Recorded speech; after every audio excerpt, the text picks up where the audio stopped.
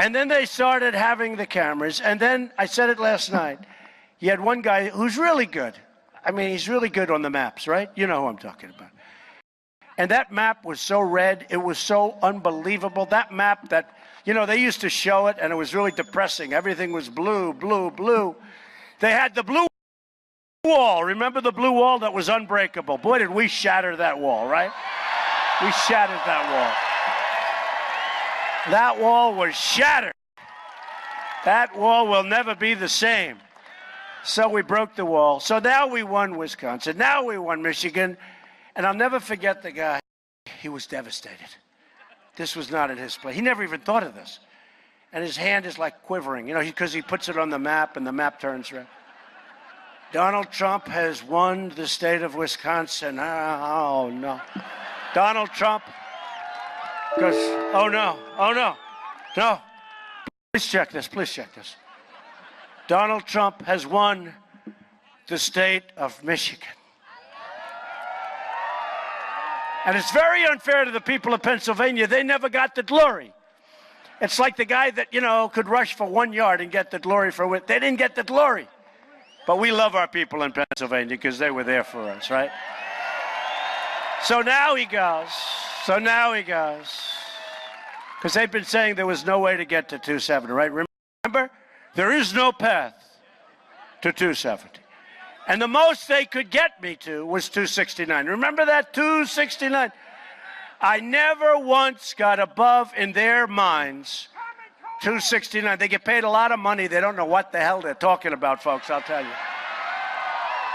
I never once got, Jeff will tell you, I never once got above 269. Now, I was watching it for months. That's where I got upset with Texas. I kept saying, Texas, we're going to win it. So what happens is the 269, and that's why I kept going to Maine. I needed that one. There's a woman out there got very excited by those three words. It's exciting, though, right? That is why we're going to lower our business tax rate from 35% down to 15%, and you're going to see things happen. We're one of the highest in the world right now, just about the highest, and we're going to be among the lowest, and you're going to see what's going to happen. It's going to be beautiful. That is why we're also going to eliminate job-killing regulations and lift the restrictions on the production of American energy, including shale, oil, natural gas, and beautiful, clean coal. We're going to put our miners back to work. Our miners are going back to work, folks.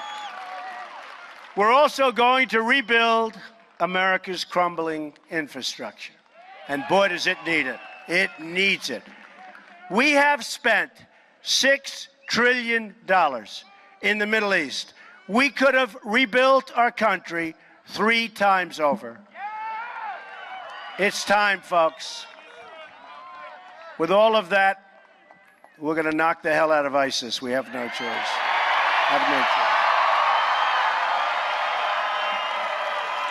I'm asking Congress to support the construction of new roads, bridges, airports, tunnels, and railways all across this nation. And we will put our people back to work. It's time to help get Americans off welfare and back into the labor market, rebuilding this country with American hands by American workers. My administration will follow 2 very simple rules: buy American and hire American. And we're going to go back to the old days. We're going back to the old days. Remember? Made in the USA, you remember? You know, I did this last night. Let's do it again because it's like a free poll. You know, these characters for poll, and you can give me a better answer. Is it made in America or made in the USA? So let's go America first.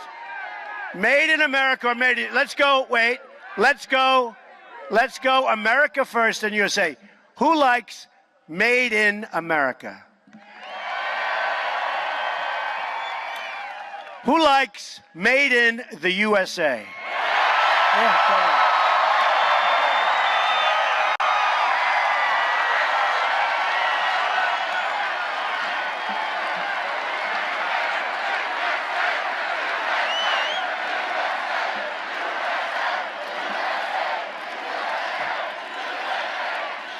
Okay. Can we do one more poll?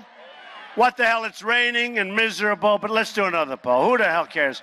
We're all soaking wet by now, so it doesn't matter, right? So, Time Magazine just gave me Person of the Year, right? Nice.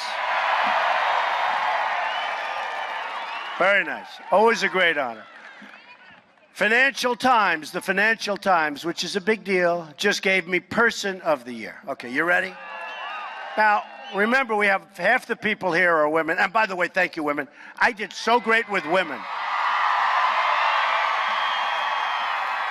Those polls were so dishonest with women because we did great. You know, I used to go home. My wife said, I don't think any woman in the United States is going to be voting for you based on what they just said. We did great with women. We did great with the African American community. We did great.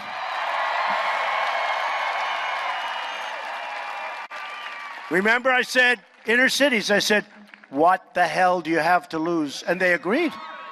It's terrible what's going on. We did great with African Americans. We did great with Hispanics. You know, I'm saying we're going to build a wall, but they want it also. They want their jobs protected. They want safety. They don't want drugs pouring into our country. We did great. So here's what happened. But we did great with the women, I have to tell you, folks, because that was very embarrassing. I mean, those polls were so wrong. Those polls were wrong on just about everything, weren't they? They were wrong on everything. But, okay, so I get this Person of the Year from the Financial Times, and I get Person of the Year from Time Magazine this week. So which is better? Now, remember women, okay? Because if it's a woman that gets it, we have to think about that. So they do it because they want to be politically correct. You run the magazine, you run the Financial Times, or you run Time Magazine. That gets it. We have to think about that. So they do it because they want to be politically correct.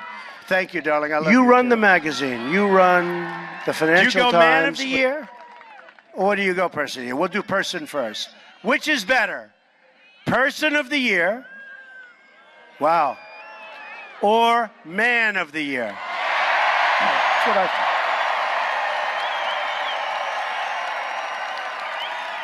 That's what I think. And it's pretty simple. If it's a woman, you go Woman of the Year, right? Right? You know, right? They're all saying yes. So anyway, so we had a lot of fun. We've done well. At the center of our agenda is fixing our absolutely terrible trade deals. America is now running, listen to this, nearly $800 billion in annual trade deficits. I asked John Arrigo, the great car dealer, one of the biggest in the country, do you think you could negotiate, John, a slightly better deal than that? So we do all this work with trade, and we're losing, or we have a deficit of over almost $800 billion a year. It's almost like, what are we doing? Who are the people that negotiate these deals? And there's almost no country that we do well with. I mean, we have bad deals every country. That is going to change fast. Is that right, Mr. Arrigo? Go buy an Arrigo car. Our country has lost 1/3 of its manufacturing jobs since NAFTA. 1/3. And here's one, when I first saw this, and I can say it because this is the last time I'll be speaking at a rally for maybe a while, you know? They're saying, as president, he shouldn't be doing rallies, but I think we should, right? Yeah. We've done everything else the opposite. Well, no, this is the way you get an honest word out, because you can't give it to them because they're so dishonest. They had a clown today. I didn't read it, but I heard about it. They had a clown today in the failing New York Times who said that I wanted to have another World Trade Center catastrophe because it's good for my base. Can you believe this? No, think of it. Think of it. What kind of a demented person would say that? No, think of it. Thousands of people killed. They said that I wanted to have another catastrophe like that because it's good for my base. Anybody that says that, and this guy is demented. He's a demented person. And that's why the Times is failing. And I went up to see him 3 weeks ago. I gave it a shot. And I had a great meeting. Everybody said I did great. Everything was great. But they'll never change. They'll never change, Jeff, no matter what you do. They'll never change. That's okay. We did very well without him, right? But what kind of a demented person would say that? You know, it's incredible. But when I saw this and these statistics, I said it must be a typo because it's impossible. We've lost 70,000 factories since China joined the World Trade Organization. Think of that. And I said 700, you mean? I said 7,000 maybe. But the number is 70,000 factories, many of them right from Alabama. And you know it. It's the greatest jobs theft in the history of the world. There's never been a jobs theft like's happened to us. And we're going to untheft it, folks. We're going to bring it back, okay? We're going to bring it back. And we're not going to be taken advantage of anymore by all these foreign countries. We are going to have a very new policy for a long time. It hasn't been this way. It's called America First. It's now America First. And if a company wants to fire their workers, leave the great state of Alabama or another state for another country, and then ship their new products right back into our country through a very strong border, by the way, there will be consequences. Right now, they can do that, make the product, bring it in for nothing. You saw what we did with Carrier air conditioner. And go buy Carrier. Go buy Carrier because they were great. We have really thousands of people, if you look at it from a family standpoint, are going to have a great Christmas in Indiana. But we have many of those things happening. Many, many, many. Because if they want to do that, we're going to impose a 35% tax on those products coming into our country. And you know what? They're not going to move. They're not going to move. Now, why didn't you politicians do this 15 years ago? Because either they're not smart or, and a lot of people don't even understand it, and they always talk about free trade. I want fair trade. I don't want free. I want fair. I love free trade, but I want fair trade.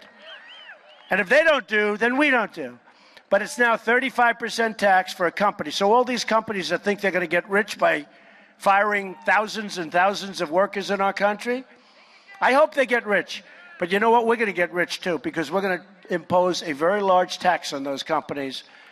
And we're going to write up that legislation very soon. And when they leave, there are going to be consequences. And you know what's going to happen, though, honestly? They're not going to leave. Not going to work. The model no longer works. The politicians got taken care of by campaign contributions or something else.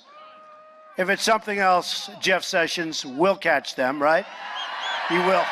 He will catch them. Oh, I wouldn't want to be them. But their politicians got taken care of by campaign contributions or whatever, because it's incredible that we've lost so much. But to be a rich nation, and we are going to be a rich nation again, we also have to be a safe nation. The murder rate has experienced its largest increase in our country in 45 years. Think of it, the murder rate. More people are being murdered than in 45 years. And the press never tells you that. Do they ever write that? No. We are going to support the incredible men and women of law enforcement.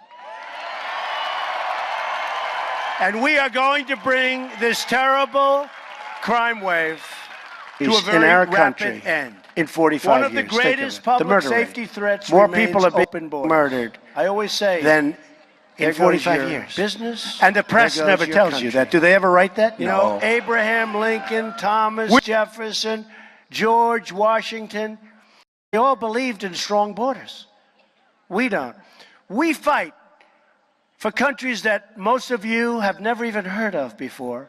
So we are going to and you in our country end in 45 years. One of the greatest public safety threats. More people are being murdered. I always say than in 45 years. Business and the press never tells you that. Do they ever write that? You know, Abraham Lincoln. and George Washington, Washington, the United States. they all believed in strong borders. That your days we don't. We fight for countries that most of you have never even heard of before. We will build greatest public safety threats. More people have been murdered. I always say then in 45 years. Business and the press never tells you that. Do they ever write that? You know, Abraham Lincoln and George Washington, they all believed in strong borders. We don't.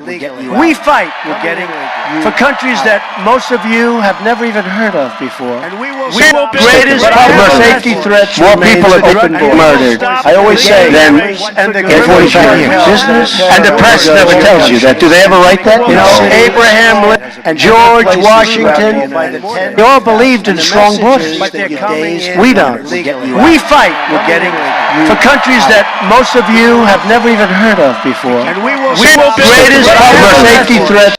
More people have been murdered. I always say then in 45 years. Business and the press never tells you that. Do they ever write that? You know, Abraham Lincoln and George Washington, they all believed in strong borders. We don't. We fight. After another.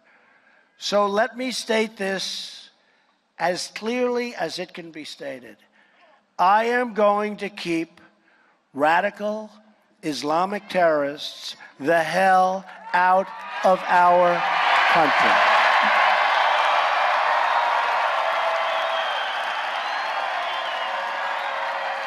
We have no choice. That includes suspending immigration from regions where it cannot be safely processed or vetted. And I use the term extreme vetting. Is that okay? Extreme. The safety and security of the American people will always come first in the Trump administration. Ethics reform will be a crucial part of our plan as well. We're going to drain the swamp of corruption in Washington, D.C. and stop government officials from trading favors at your expense. We face many, many challenges. The world is a mess. Our country is in trouble. We face many, many challenges. Michelle Obama said yesterday that there's no hope.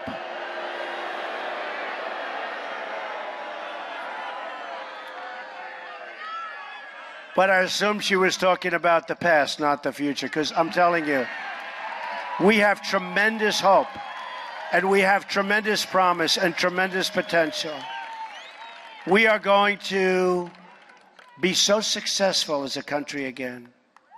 We are going to be amazing. And I actually think she made that statement not meaning it the way it came out. I really do, because I met with President Obama and Michelle Obama in the White House. My wife was there. She could not have been nicer. I honestly believe she meant that statement in a different way than it came out, because I believe there is tremendous hope, and beyond hope, we have such potential. This country has such potential. You watch. It's going to be so special. Things are going to happen like you haven't seen happen in many, many decades. This is truly an exciting time to be alive. The script is not yet written. We do not know what the page will read tomorrow. But for the first time in a long time, what we do know is that the pages will be authored by each and every one of you. It's a movement.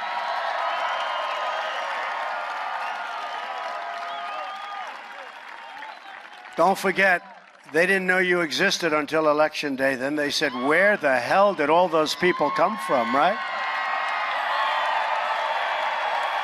Where did they come from? They came in by the millions and millions and millions, set records in many areas, set records here. We set a record here in Alabama. They said, where did those people come from? And now they're going to work really hard over the next 4 years. But if we want to go for another 4 years, I think we're going to make it. Do you agree? I actually think the next 4 years is going to be a lot easier, if you want to know the truth. We're going to do a great job. You, the American people, will now again be in charge. Your voice, your desires, your hopes, your aspirations will never again fall on deaf ears. Never again. The forgotten men and women of this country, and they were forgotten. By the way, you're not forgotten any longer.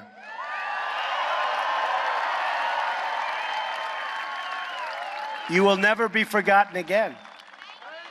Together, we will raise incomes and bring back our jobs. We will repeal the disaster known as Obamacare and create new health care reforms that work for you and for your family. We will reestablish the rule of law, defend the Second Amendment, very important. And Franklin will be very happy with this, protect religious liberty, and appoint justices to the United States Supreme Court who will uphold and defend the Constitution of the United States. We will heal our divisions and unify our very, very divided country. When Americans are unified, there is nothing we cannot do. No task is too great, no dream too large, no goal beyond our reach. Nothing, nothing. There's nothing like us. There's nothing and nobody like us. My message today is for all Americans, from all parties, all beliefs, all races, all walks of life. Whether you are African American, Hispanic American, Asian American, we're all American, and we're all united by one shared destiny.